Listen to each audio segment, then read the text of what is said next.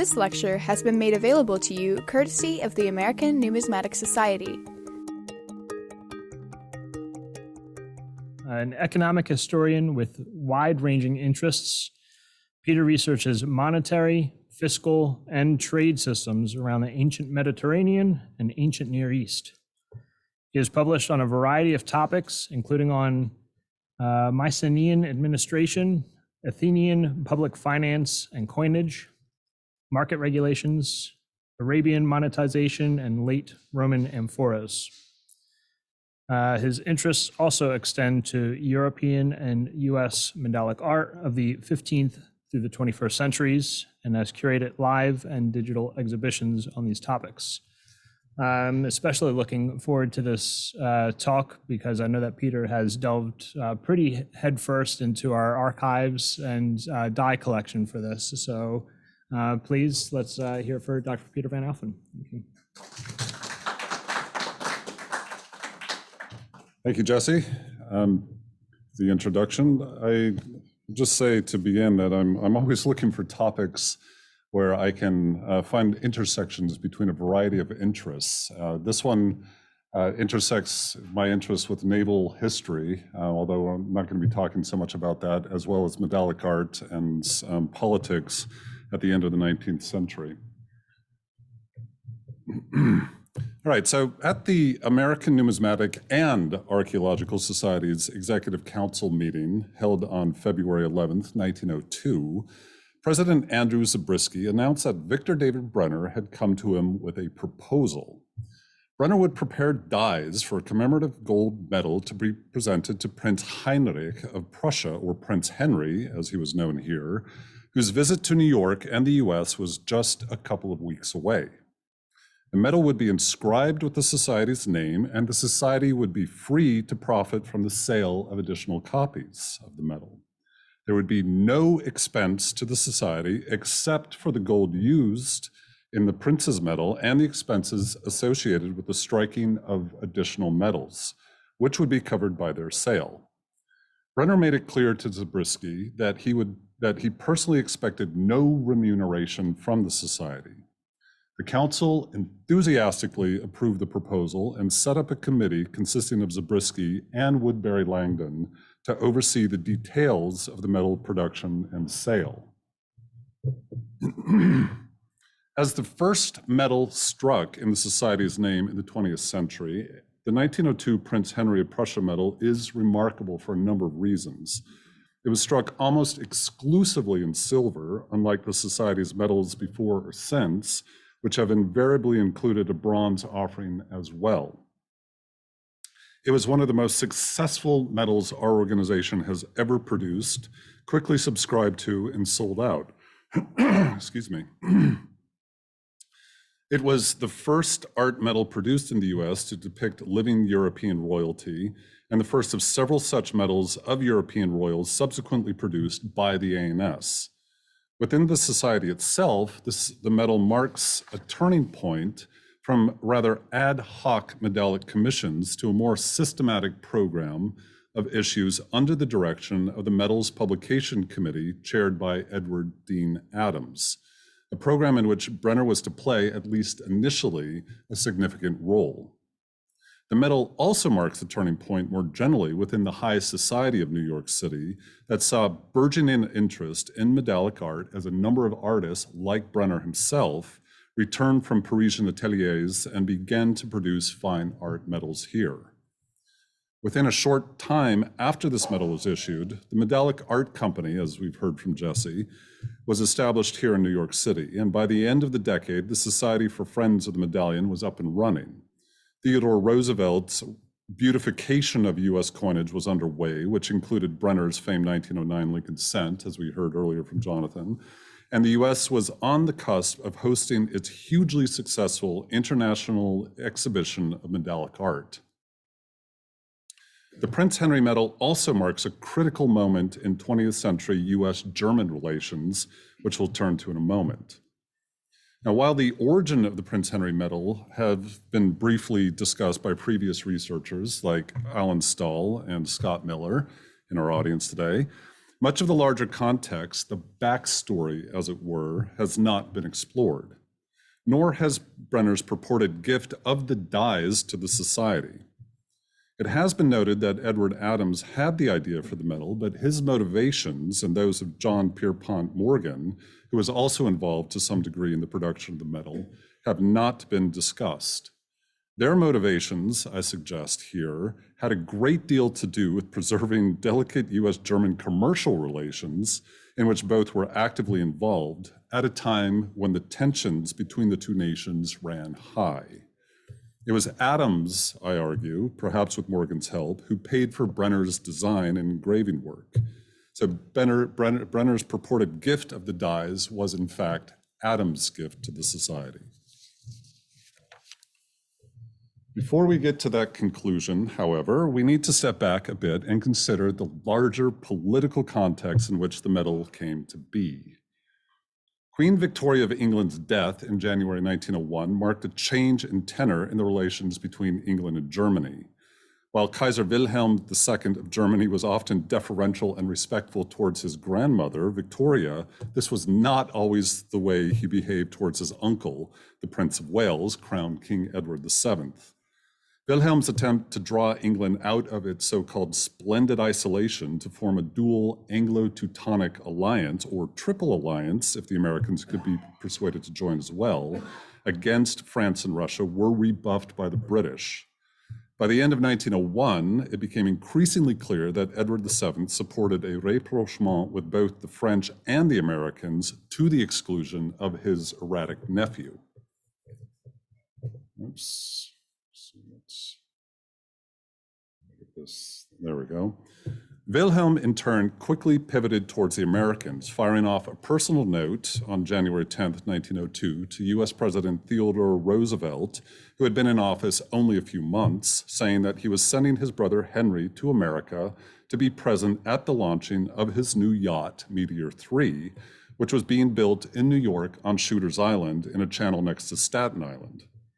The prince's visit would be only the third time that high-ranking European royalty had visited the United States, at least since its foundation, following Edward's visit as Prince of Wales in 1860 and that of the Grand Duke Alexei Alexandrovich in 1877. With little over a month before the prince's planned arrival on February 22nd and 3-week sojourn in the United States, plans and itineraries were very quickly formed to receive the prince in the most splendid way possible, despite the tensions between the US and Germany that had been fomenting for years. Much of this tension had to do with the Kaiser's desire to create a German empire that could challenge, if not eclipse, the British Empire. Acquiring overseas colonies was part of the plan, but a more critical component was maritime supremacy, long Britain's forte. By the turn of the century, the Germans had, with outstanding alacrity, built the second most powerful navy in the world after the British Royal Navy, were building a substantial merchant marine, and were winning yachting races against the British. And in fact, the Kaiser's new yacht, Meteor 3, was part of Wilhelm's ongoing attempts to get the better of his uncle, the British king, in races held annually at Portsmouth. In the final decades of the 19th century, the US too was strenuously rebuilding its navy, spurred on in part by Theodore Roosevelt himself, first as Assistant Secretary of the Navy in 1897-98, and later as president. As Assistant Secretary, Roosevelt had already identified the Germans as the biggest threat to US interests and security, a threat that was already manifest in the 1887 Samoan affair and in 1898 following the US victory at Manila Bay in the Philippines during the Spanish-American War, when a German naval squadron sniffing around for fresh colonial opportunities encroached on US Admiral George Dewey's squadron, nearly inciting another war. In December 1902, months after Prince Henry had departed the US, Dewey again nearly fired on German ships, this time in the Caribbean during the Venezuela crisis, where the Germans were hoping to establish a naval base despite the US's stated intent to enforce its self-proclaimed Monroe Doctrine. As the biggest hero of his day, Dewey's disgust with the Germans was readily amplified by the press, who wrote so often of the German threat that the German ambassador to the US, Theodor von Hohenstein, felt compelled to inform the Kaiser of how hated Germany was in the US.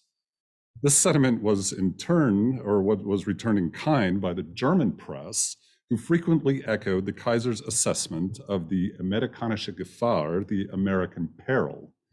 The Germans' fear at this point was not so much the threat of the US Navy, but rather American capitalist might. And as it turned out, that fear was well-founded.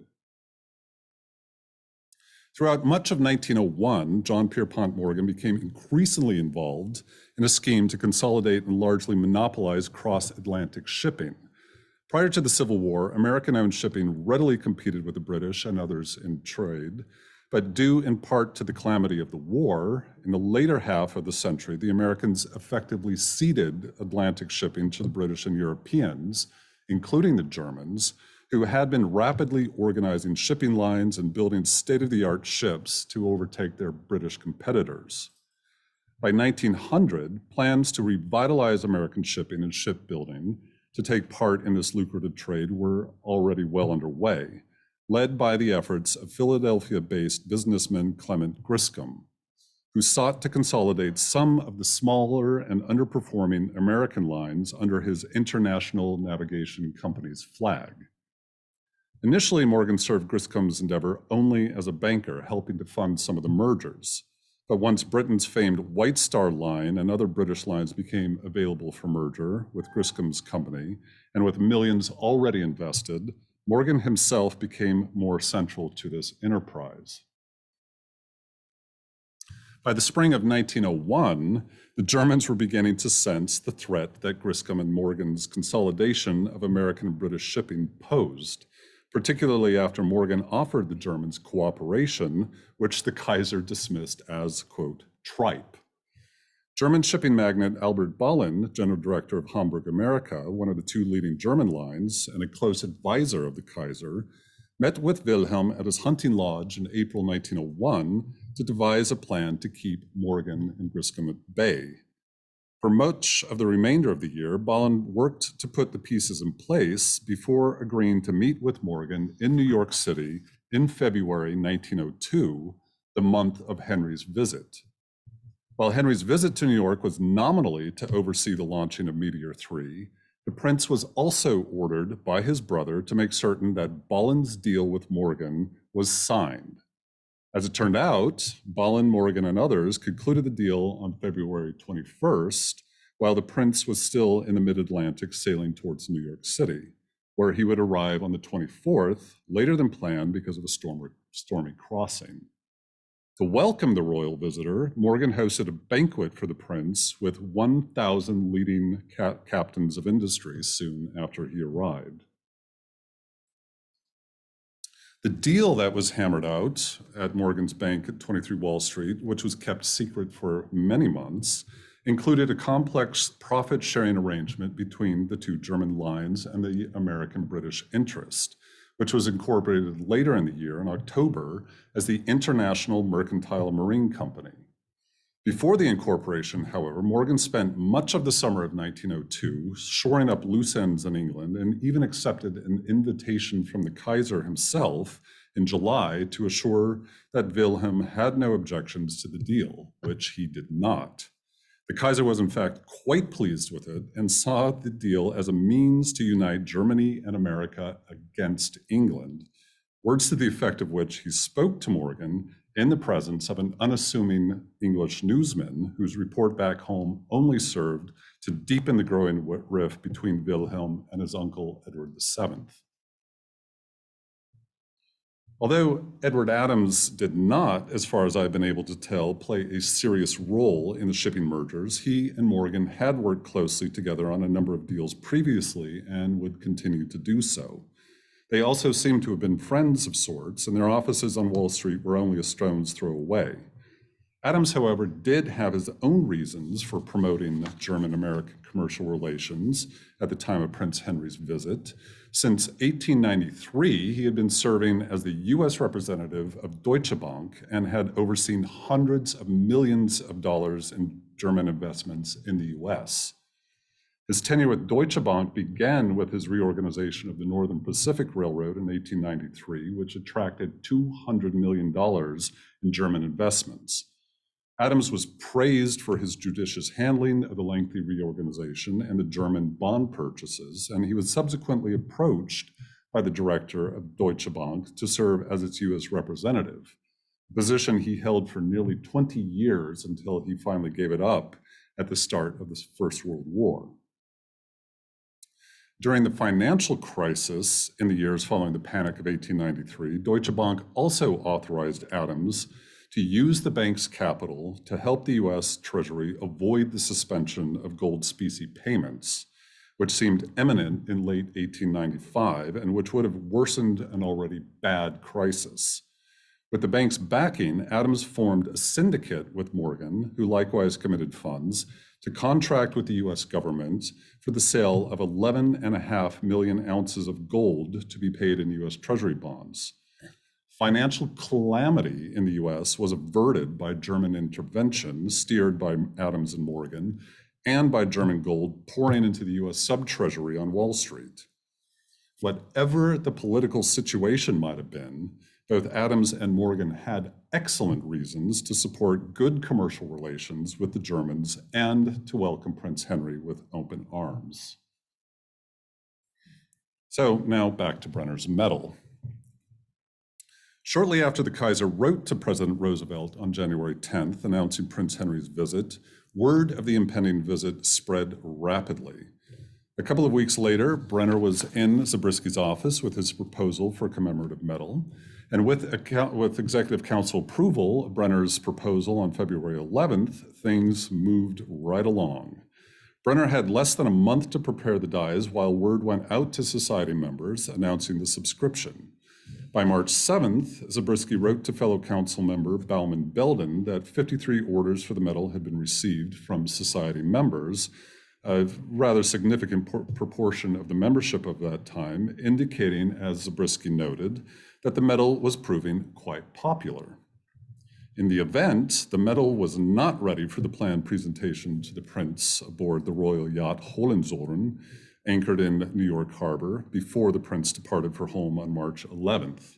Instead, the prince's gold medal was forwarded to him in April by the German ambassador von Hodenben, and the prince graciously replied to J. Sanford Saltus, then the society's corresponding secretary, thanking the society for the gift. At an executive council meeting the day after the prince departed, it was decided to open up the sale of the medal to non-ANS members. And another committee chaired by Henry Drown would oversee this. Drown lost no time drafting a letter to prominent dealers detailing the medal and announcing that a circular was forthcoming. The dealers were mostly enthusiastic, although the Chapman brothers responded to Drown's initial letter with an air of foreboding, saying, quote, "We regret very much the lack of interest in American medals. In fact, it seems to be almost dormant the last few years," unquote. In the event, the Chapmans were proven wrong. There was a great deal of interest in this medal. A little over a month later, on April 24th, Zabriskie happily announced to the executive committee that the entire issue of 300 medals in silver had been sold. Members had been offered the medal for $5, a price slightly above the production cost, while non-members paid double that. Once all the accounts were settled, Zabriskie reported in November that the cost of producing the medal had been $613.14. The amount received through sales was $780.50, netting a profit of $167.36, the equivalent of roughly $5,300 today. Now, this is not a huge amount, certainly, but considering the society needed to move that year to a new location where the rent would be more, every dollar of income certainly helped. All of this is clear enough.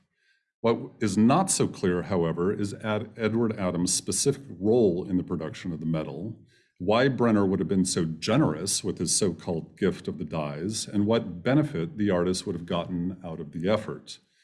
And sadly, there are no outright answers to these questions, but various meeting minutes provide some clues.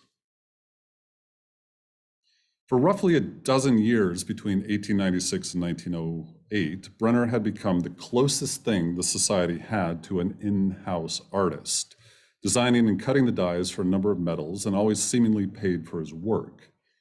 Brenner's first medal for the Society was the 1896 commemorative medal for William Augustus Muhlenberg, a pet project of Zabriskie's, who in fact paid Brenner out of pocket for the design and die work so there would be no expenses incurred by the Society. And unfortunately, I've not been able to locate yet what Brenner paid for this work. Brenner's fees of $350 for the Society's 1898 Conference of Charities medal were paid by the conference itself. And upon his return from Paris in 1901, Brenner played a role in J. Sanford Saltus's unrealized proposal that the Society strike a medal commemorating the coronation of King Edward VII. Brenner offered to cut the dies for $75. For his 1903 Amerigo Vespucci and 1906 John Paul Jones medals, I've not been able to find any record of payments yet to Brenner from the Society for this work, although I'm certain that he was paid nonetheless. In 1907, Brenner was paid $90 for his design work for the ANS's 50th anniversary medal, while Tiffany cut the die for $60.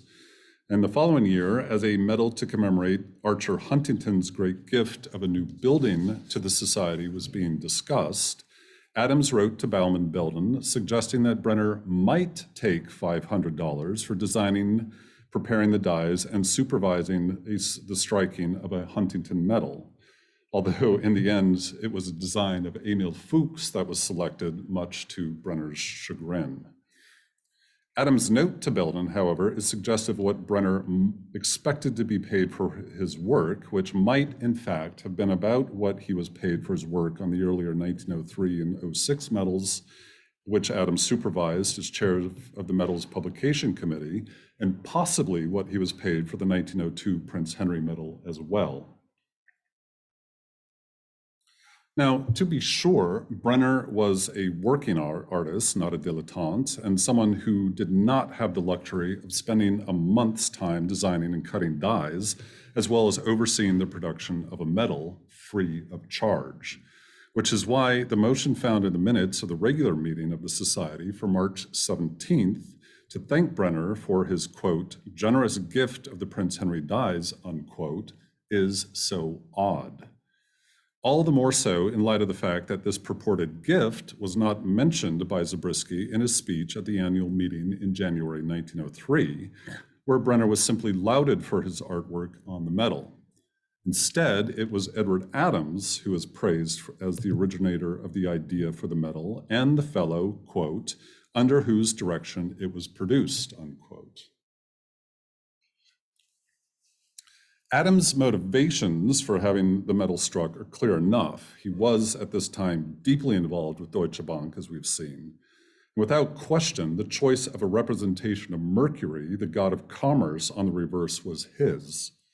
Given that the stated purpose of Prince Henry's visit to America was to attend the launching of his brother's new yacht, the fact that it was Mercury and not the yacht that appears on the reverse of the medal underscores Adams' concerns, particularly in light of the fact that the yacht did appear on commemorative numismatic items associated with the prince's visit. Adams' direction of the medal's production probably included not just commissioning Brenner to design and cut the dies, but also paying Brenner directly for this work, much like Zabriskie had paid Brenner directly for the work on the Muhlenberg medal in 1896. And in fact, there are hints that this was the case in the March 12th Executive Council minutes. Brenner was invited to that meeting where, quote, he explained about the issue of the medal and the 2 extra copies in gold that had been made at the request of Messrs. Edward D. Adams and J. Pierpont Morgan, unquote.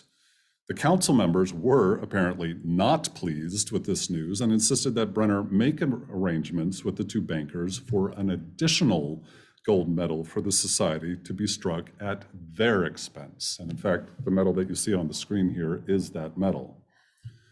The fact that Adams, Morgan, and Brenner had been acting independently of the council on this issue suggests that the three had made various prior arrangements already, which undoubtedly included Brenner's fees. If so, Brenner's so-called gift was more likely a gift from Adams and perhaps Morgan as well. Both bankers were members of the society, although it was Adams who was more actively involved at the time, and by May 1902, he was put in charge of a newly formed medals publication committee that would oversee the production of a new, albeit short-lived, series of medals on great historical figures from American history, for which Brenner again worked alongside Adams to produce the 1903 Vespucci and 1906 John Paul Jones medals. If, in fact, Adams was responsible not just for coming up with the idea for the Prince Henry Medal, but bankrolling Brenner's involvement in it as well, his nomination to chair the new medals publication committee might have been a way to thank him for this most successful medal and the benefit that it brought to the society. The medal was unquestionably a resounding success, artistically and financially, and it clearly pleased Prince Henry, whose visit to the US generated a great deal of much-needed goodwill between the two countries, no matter how fleeting it ultimately proved to be. For Brenner, the success of the medal certainly elevated his stature among the officers and members of the society and helped to land a handful of additional commissions, although these too were ultimately to prove fleeting as well. After 1908, Victor David Brenner never again produced a medal for the now renamed American Numismatic Society. Thank you.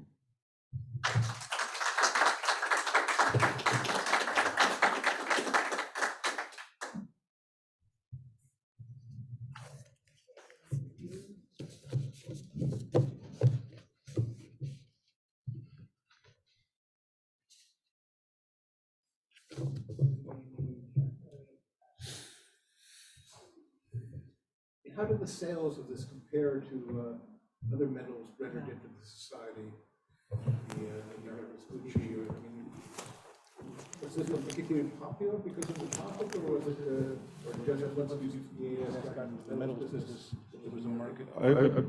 One of the things that really makes this medal a little bit different from subsequent medals that Brenner did, like these Great American medals, which again, for those in the audience here, you can see on the wall in the Galvanos there, is that those were offered to society members only. So in this case, the medal was offered to non-members at double the price, and that really does make this medal a little bit different. And one of the things that has made me most curious about the Prince Henry Medal is why this was the case. Was it simply because they saw the possibility of making a bit of money off of this or promoting the society's name in some fashion? It's hard to say, but one very curious aspect of the Prince Henry Medal is that it was issued effectively only in silver. And at $10, this would be at a price that would be accessible only by people that were relatively well off. Perhaps those 1,000 captains of industry that were at Morgan's banquet for Prince Henry, for example. So why again they opened up the door to non-members, and why they only struck it in silver. There were the 4 gold medals, and then 2 copper medals and 1 aluminum medal. These off-strikes were essentially just oddities for the ANS collection, although 1 copper medal did go to the fellow who donated the virgin gold that was used for Prince Henry's medal. But again, it was effectively only a silver issue and something that was opened to non-members, unlike all of the other ANS Brenner medals. Yeah, it's interesting. I mean, but this infatuation with foreign royalty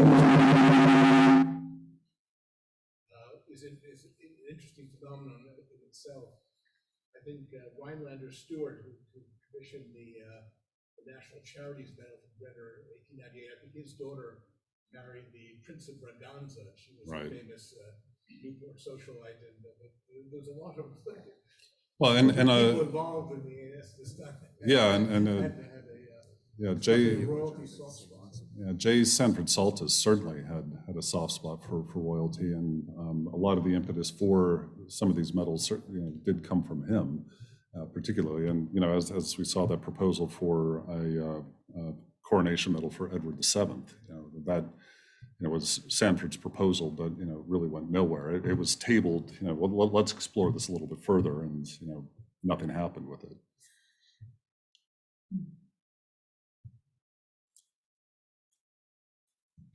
So one of the gold medals is here at the ANS. Yeah. One went to Prince Henry, and I suppose it's perhaps lost. And did the other two go to Morgan and Adams? Yeah, so the other two went to Morgan and Adams. Adams was also very much involved with the Metropolitan Museum of Art, and Adams' medal went to them. So I think he had it in hand for a brief moment before donating it then to the Metropolitan. Morgan's medal, I'm not sure what has happened to that, although I think there was a gold medal that came on auction some decades ago, if I remember, and that, if so, that probably was then Morgan's, or must have been Morgan's medal.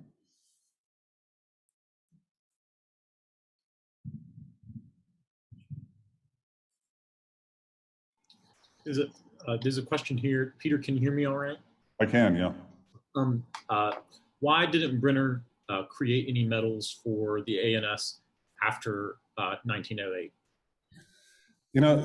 It's really rather fascinating what happened to Brenner sometime around 1910. Jonathan Kagan has already pointed at this a bit, as did Jesse in his talk as well, that there seems to have been something happening with Brenner right around 1908, 1909, 1910, where he reached a peak of popularity and then just fell off somehow.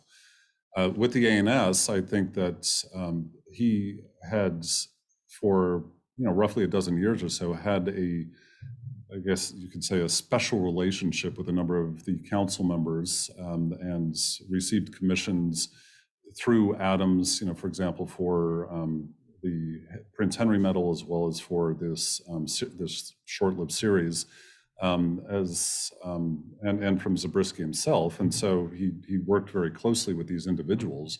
But I think the fact that he was not selected ultimately to produce the Huntington Medal, which, as you saw from the drawing that he did, which I in fact lifted from Scott Miller's book. Thank you very much, Scott.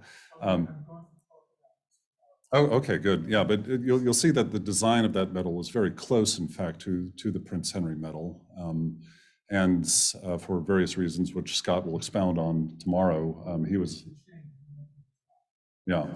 Oh, you will be talking about that.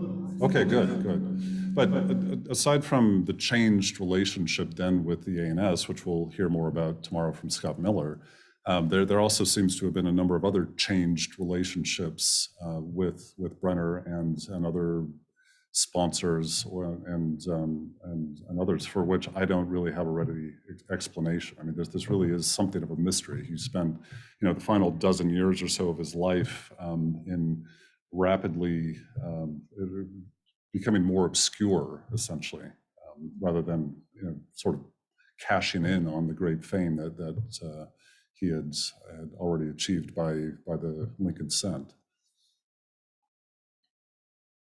Any other questions? Peter? It seemed like a lot of the people that you discussed had a vested interest in... Jesse, I'm sorry, I can't, there's some echo. I can't quite hear. Is this any better? No. Is this better? It seems like a lot of the people that you talked about today had a vested interest not only in the production of the medal, but also the entire story itself, the visits, commercial interactions, and everything.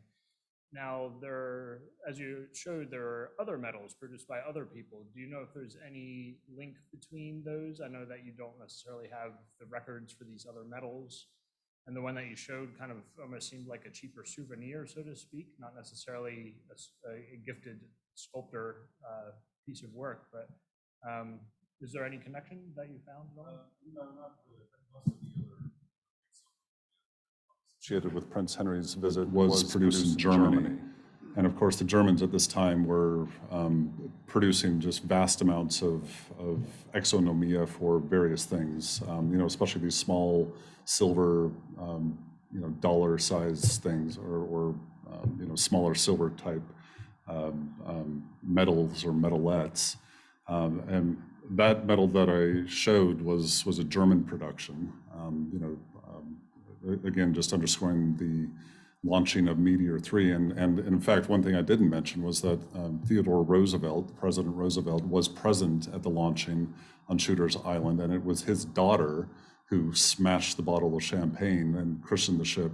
She, as the ship or the yacht slid down the ways into the channel. So, Roosevelts were there present, and the fact that his daughter, was who I think was all of 18 or 17 years old at the time, her involvement of this was something that the media, both in the U.S. and in Germany, really latched onto and really elevated. So that medal, in fact, does mention the fact that it was Roosevelt's daughter who was present at the launching as well. So. Thank you for watching the American Numismatic Society's YouTube channel. Don't forget to subscribe. And if you like our online resources, publication, and events, you can support the Society by becoming a member. And don't forget to check out our book and eBay stores. The links are below.